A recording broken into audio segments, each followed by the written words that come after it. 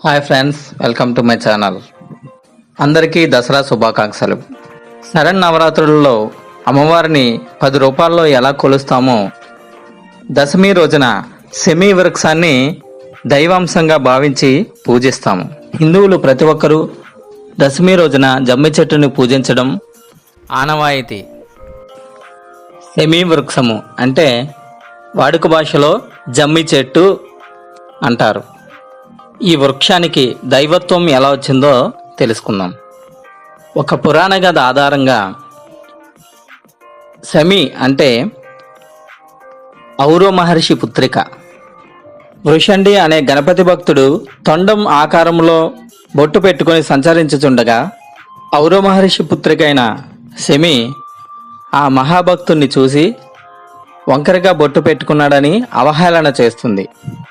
సాక్షాత్తు గణపతి తొండం ఆకారంలో ఉన్న బొట్టుని చూసి హేళన చేశావు కనుక నా ప్రభువైన గణనాయకుణ్ణే హేళన చేశావు అంటూ నీవు చెట్టులాగా మారిపోవాలని శాపం ఇస్తాడు వృషండి మహర్షి.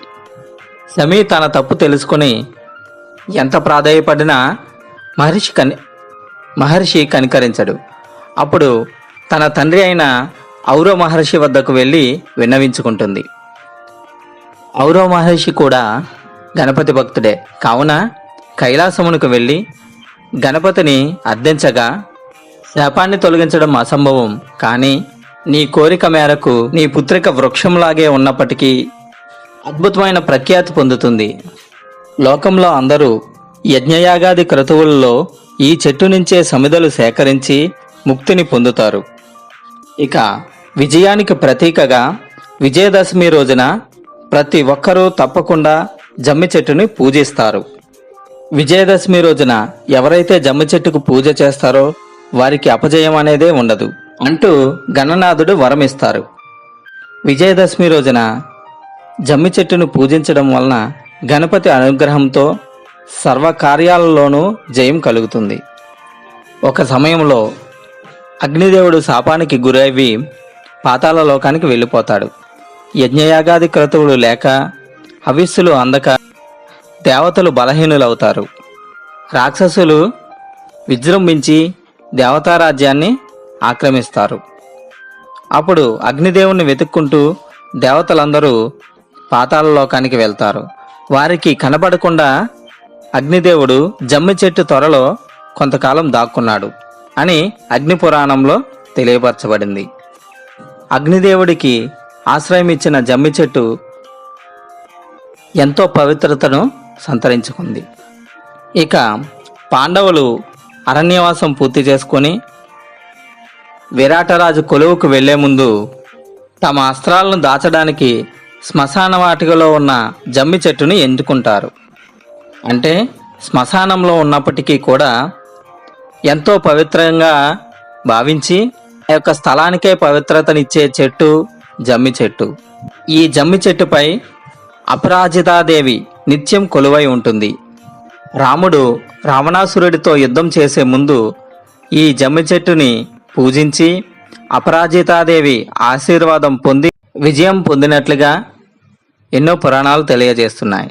అంతటి అద్భుత శక్తులున్న జమ్మి చెట్టును మనస్ఫూర్తిగా పూజించి దీపధూప నైవేద్యాలు అర్పించి ప్రదక్షిణలు గావించి ఒక ఆకును తెచ్చుకొని దీపధూప నైవేద్యాలు అర్పించిన తర్వాత ఆ చెట్టుకి ఒక బంగారాన్ని మేము తీసుకుంటున్నాము, మా సంపదలు వృద్ధి చెందాలని కోరుకొని ఆ యొక్క బంగారాన్ని తెచ్చి సెమీ బంగారాన్ని తెచ్చి మన ఇంట్లో డబ్బులు ఉంచే స్థలము యందు కానీ వ్యాపార స్థలము యందు కానీ ఉంచిన మేలు జరుగుతుంది.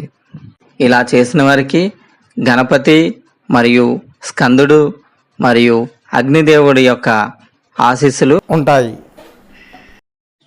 విజయదశమి రోజున జమ్మి చెట్టుకు నమస్కరించి శమీ శమీయతే పాపం శమీ శత్రునాశనం అర్జునస్య ధనుర్ధారి రామస్య ప్రియదర్శని అంటూ ప్రదక్షిణలు చేసి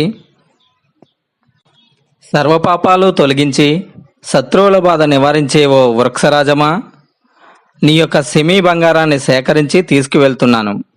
నన్ను దీవించి నా ఇంట బంగారు రాసులు నింపమని కోరుకొని ఆ యొక్క సెమీ బంగారాన్ని తెచ్చి డబ్బు దాచే స్థలంలో ఉంచిన డబ్బు రెట్టింపు అవుతుంది, బంగారు ఆభరణాలు రెట్టింపు అవుతాయి.